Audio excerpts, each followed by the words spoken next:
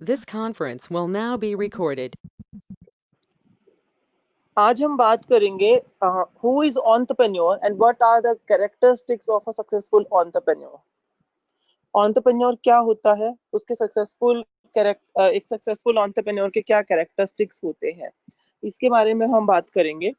So in our last session हमने जाना कि creativity and innovation, idea generation, profit making, risk bearing is called as entrepreneurship development, whereas economic development, profit making, creation, these all are the characteristics of entrepreneurship development. Then who is entrepreneur? अगर ये entrepreneurship development है, idea generation, तो entrepreneur की definition क्या होगी? Entrepreneurs are highly motivated, action-oriented individuals who take risk to achieve his or her goals. ये simple सी बात है.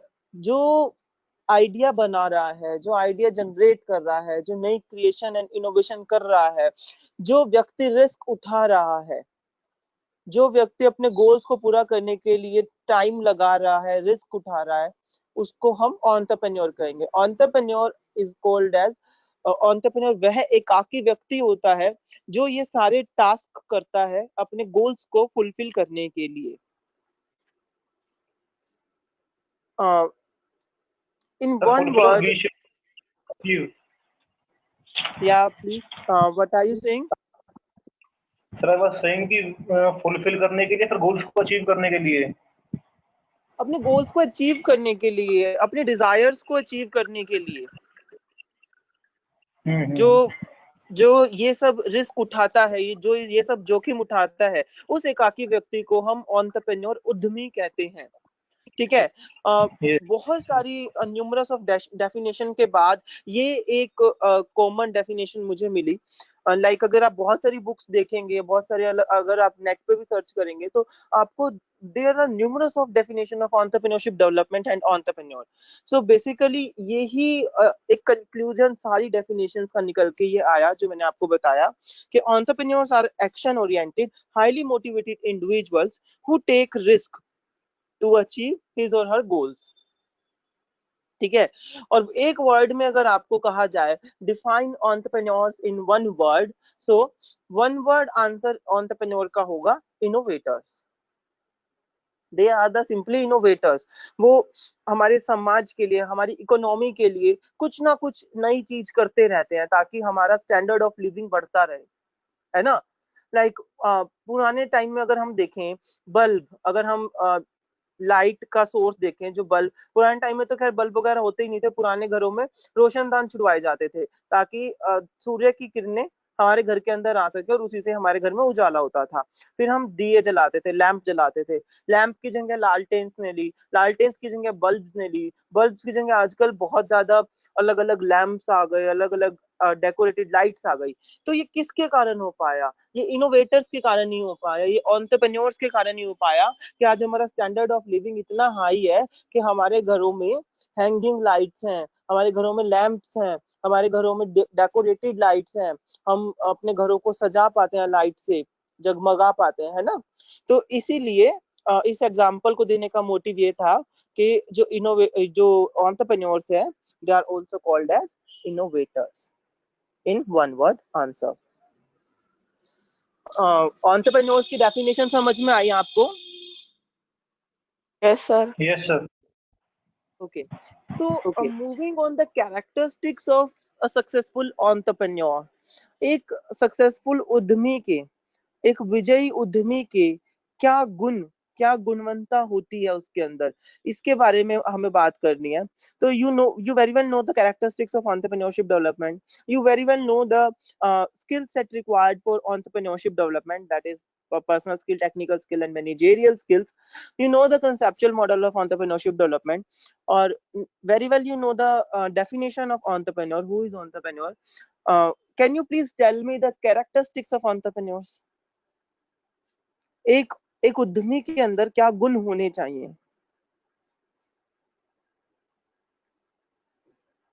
क्या क्या ऐसे विशेषताएं, क्या क्या ऐसे विशेष कैरेक्टरिस्टिक्स होने चाहिए एक उद्यमी के अंदर, एक एंटरप्रेन्योर के अंदर, एक व्यापारी के अंदर? Please tell me. Sir risk taker. Risk taker, very good, excellent. Risk bearer, very good. और sir self self motivated. Very good, self motivated, excellent, self motivated. और sir hmm, sir creator innovator. Very good, very nice, creator and innovator, creation and innovation, very good, excellent. Sir passion. Passion, excellent. Flexibility. Flexibility, very good.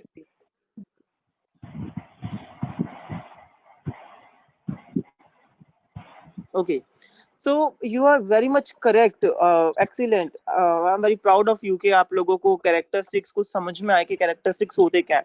Basically मैं आपको बताता हूँ, वैसे तो characteristics बहुत सारे होते हैं, बट उन सबको कॉमनली इकट्ठा करके 15 से 16 एक एंटरप्रेन्योर के कैरेक्टरिस्टिक्स बाहर निकल के आए। वो क्या क्या थे उसमें से कुछ आपने बताए हैं, बाकी मैं बताता हूँ। जैसे कि ही और शी मस्ट बी इंस्पायर्ड, उनके अंदर एक इंस्पिरेशन होनी चाहिए। इंस्पिरेशन हमें कहीं से भी आ सकती है ना। जैसे कि मैं आपको बार बार एग्जांपल देता हूँ। आप फॉर एग्जांपल आप जयपुर गए घूमने के लिए, जयपुर में देखा आपने हैंडीक्राफ्ट का बहुत काम है, आपने ये महसूस किया कि हमारे हरियाणा में इतना इस चीज का वो नहीं है, बिजनेस नहीं है अभी, तो मैं इस तरीके का बिजनेस डालूंगा या डालूंगी तो मेरा काफी चल सकता है ना। तो you get inspired from the Jaipur handicraft, है ना। तो इस तरीके से इंस्पायर्ड होना बहुत जरूरी है एक एंटरप्रेन्योर का। Then I always say entrepreneurs और पर्सन, आज का ऐसा दौर है, एक व्यक्ति को लीडर के रूप में बाहर आना चाहिए। तो entrepreneur must be a leader, not a boss. उसको बॉस नहीं होना चाहिए, उसको लीडर होना चाहिए। Then third characteristics is creativity. उसका उसका जो दिमाग है, उसका लेफ्ट ब्रेन भी उतना ही चलना चाहिए, राइट ब्रेन भी उतना चलना चाहिए। मतलब कि उसको क्रिटिकल थिंकर भी होना है और क्रिएटिव थिंकर भी होना है। ठीक है। सो बेसिकली आपको पता होगा हमारा माइंड के जो दो पार्ट होते हैं, दोनों पार्ट अलग अलग तरीकों से सोचते हैं। तो कुछ पर्सन होते हैं जो लेफ्ट ब्रेन जिनका ज्यादा एक्टिव रहता है, कुछ पर्सन होते हैं जिनका राइट ब्रेन एक्टिव रहता है। तो उसी के अकॉर्डिंग, उस ब्रेन के इम्पैक्ट के अकॉर्डिंग ही हमारी पर्सनालिटी का इम्पैक्ट होता है। ठीक है। तो एक ब्रेन हमारा क्रिएटिव थिंकर्स का होता है, एक ब्रेन हमारा होता है क्रिटिकल थिंकर्स का। एंटरप्रेन्योर्स का यूजुअली दोनों दिमाग चलना चाहिए। he or she must be a creative thinker as well as critical thinker. Okay. Yes और सर। आपने बताया हाईली यस मोटिवेटेड, सर, ये कैसे उनको पता sir? Highly sorry, motivated. Question था सर मेरा बीच में ही sir. Yes yes yes yes. ये कैसे पता चलता है कि सर अब हमारा लेफ्ट ब्रेन काम कर रहा है या राइट ब्रेन काम कर रहा है?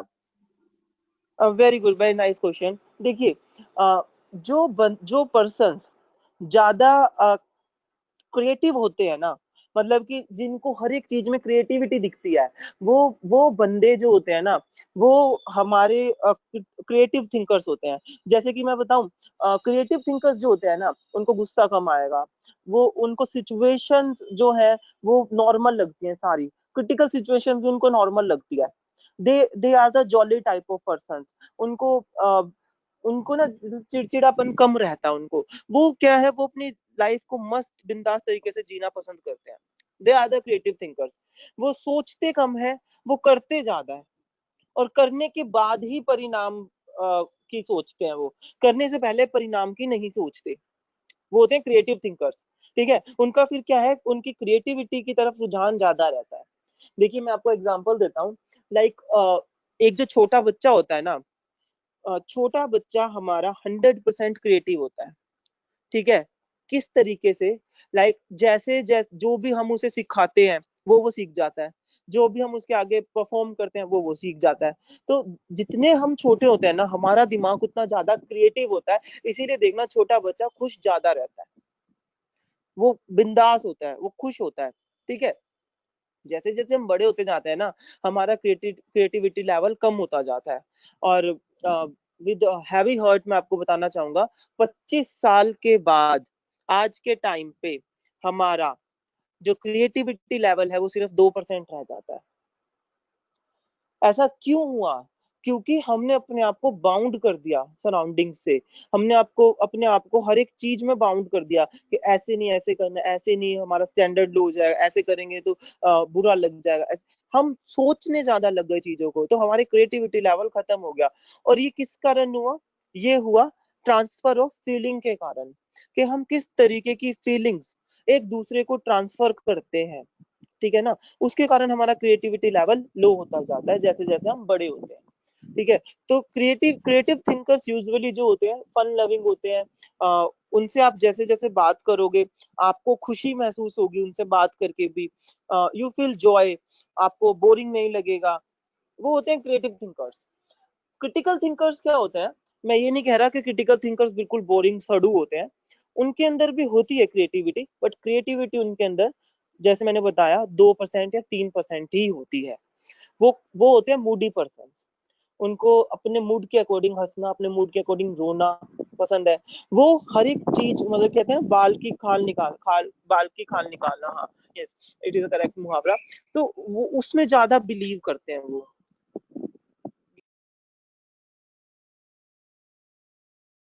This conference will now be recorded. So we are talking about the critical thinkers.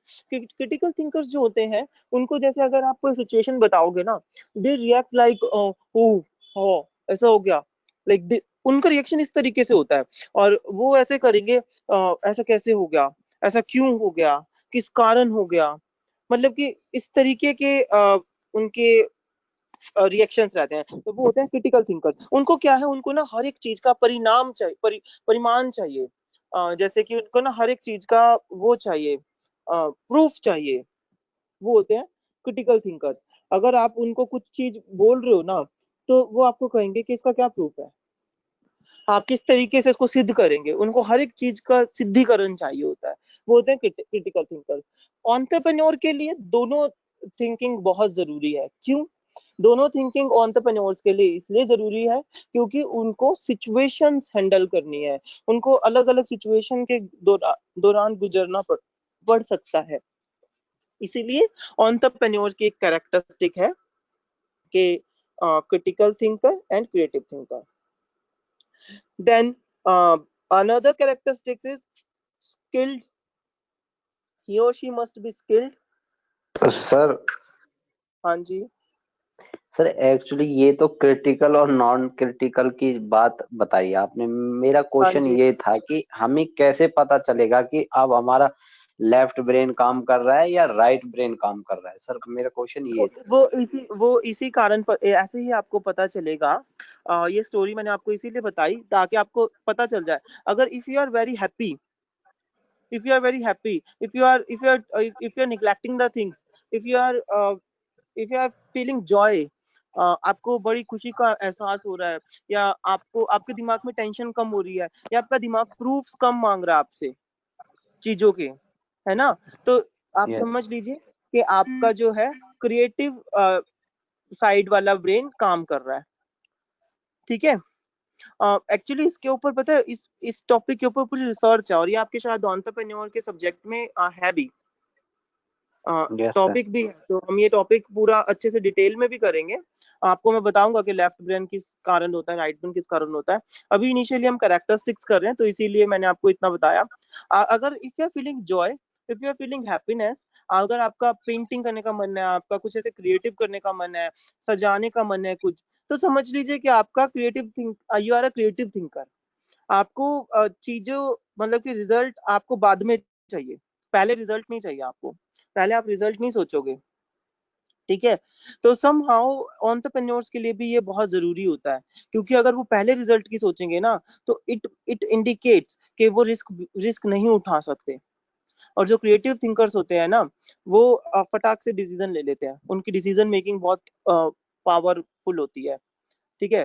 Critical thinker जो होते हैं, क्रिटिकल थिंकर हर एक चीज को सोच विचार के बिल्कुल प्रॉपरली एक एक चीज को सोचेंगे, एक एक पहलू को सोचेंगे किसी भी बात के, उसके बाद ही वो कोई निष्कर्ष पे आते हैं। तो अगर आपके साथ ऐसी सिचुएशंस हो रही हैं, तो आप समझ लीजिए कि अभी आपका क्रिटिकल साइड वाला दिमाग चल रहा है। इस तरीके से आप भाप पाएंगे कि आपका कौन सा दिमाग चल रहा है ना। लाइक जब हमारे घर में शादी ब्याह का माहौल होता है ना, या कोई ओकेशन होती है, तो आप देखिए हमारे ना पूरे परिवार, मतलब कि एक दो जनों को छोड़ के बाकी सब जो होते हैं ना, वो ना क्रिएटिव थिंकर्स होते हैं। कैसे? बिंदास होते हैं सारे, उनको कोई मतलब नहीं है। और पैसा खर्चने की भी जब बात आती है ना शादी ब्याह में, तो ऐसे फटाफट हम पैसा निकाल, हम पूछते भी नहीं है कि भाई किस लिए चाहिए, क्या करोगे, क्या नहीं करोगे, है ना। क्यों? बिकॉज हमारा क्रिएटिव थिंकिंग हम ज्यादा कर रहे हैं उस टाइम पे, हम हर्षोल्लास में है ना। प्रैक्टिकली अगर आप ऐसे जानना चाहते हैं तो आप ये चीज फील कर सकते हैं। I hope I am clear with your question.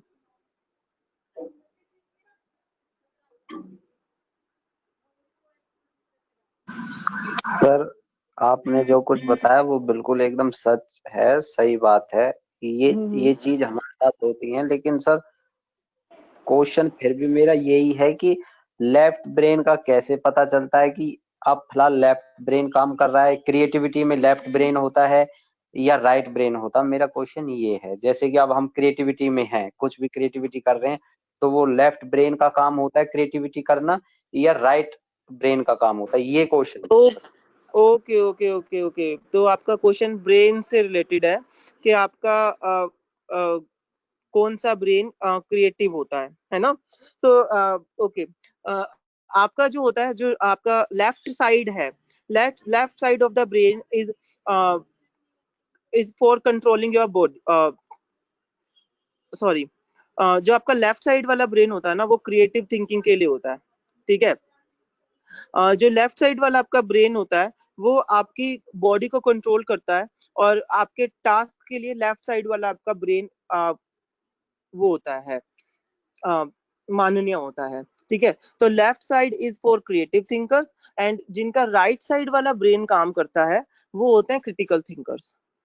Okay, left side is for creative thinkers and right side is for critical thinkers. और आपको पता होगा ये वाइसा वर्सा होता है हमारे दिमाग का भी इसमें।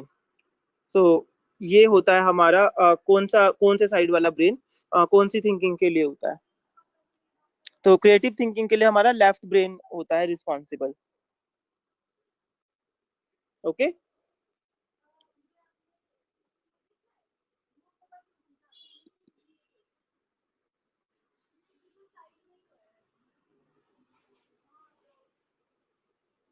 यस सर, यस सर, इसका मतलब हमारा राइट ब्रेन काम कर रहा है फिलहाल। ओके, हाँ, right right right right, you are right कि आपका इस वक्त राइट ब्रेन काम कर रहा है, because you are very critical, thinking critically on this topic. So good. So एक एंटरप्रेन्योर को क्रिटिकल और क्रिएटिव दोनों थिंकर्स होना चाहिए। देन उसकी क्वालिटी है स्किल्ड होना चाहिए, उसे प्रॉपर्ली स्किल्ड, मैंने आपको बताई थी कि टेक्निकल, मैनेजरियल एंड पर्सनल तीनों स्किल्स उसके अंदर होनी चाहिए। देन फ्लेक्सिबिलिटी, उसको फ्लेक्सिबल होना चाहिए सिचुएशन के अकॉर्डिंग। अगर सिचुएशन अलग अलग जो भी आपके पास आ रही है उसके अकॉर्डिंग उसके अंदर फ्लेक्सिबिलिटी होनी चाहिए।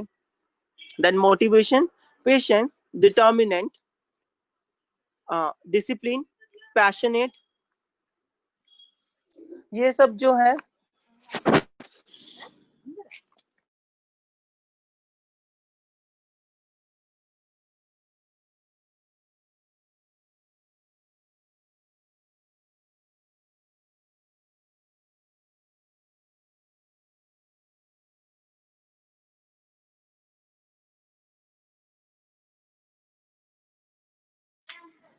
राइट। तो डिसिप्लिन होना चाहिए। हमें एक एंटरप्रेन्योर को एक गुड ऑर्गेनाइजर होना चाहिए। व्हाट कैसे होना चाहिए एक अच्छा ऑर्गेनाइजर एक एंटरप्रेन्योर को?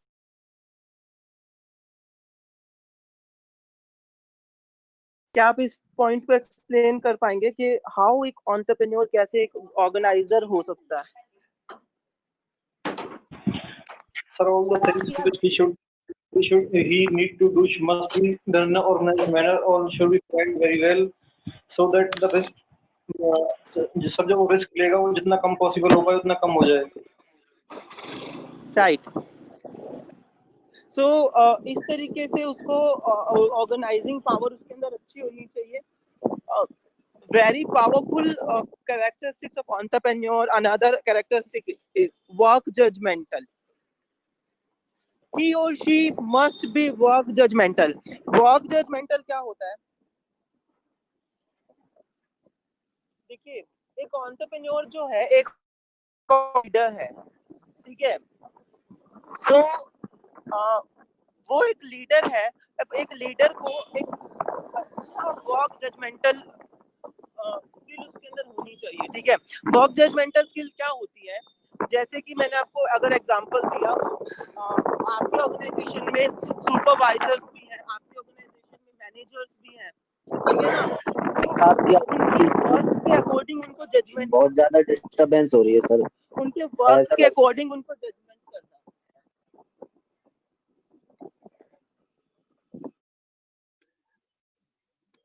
सर आवाज नहीं आ रही है, ऐसा लग रहा है कि आप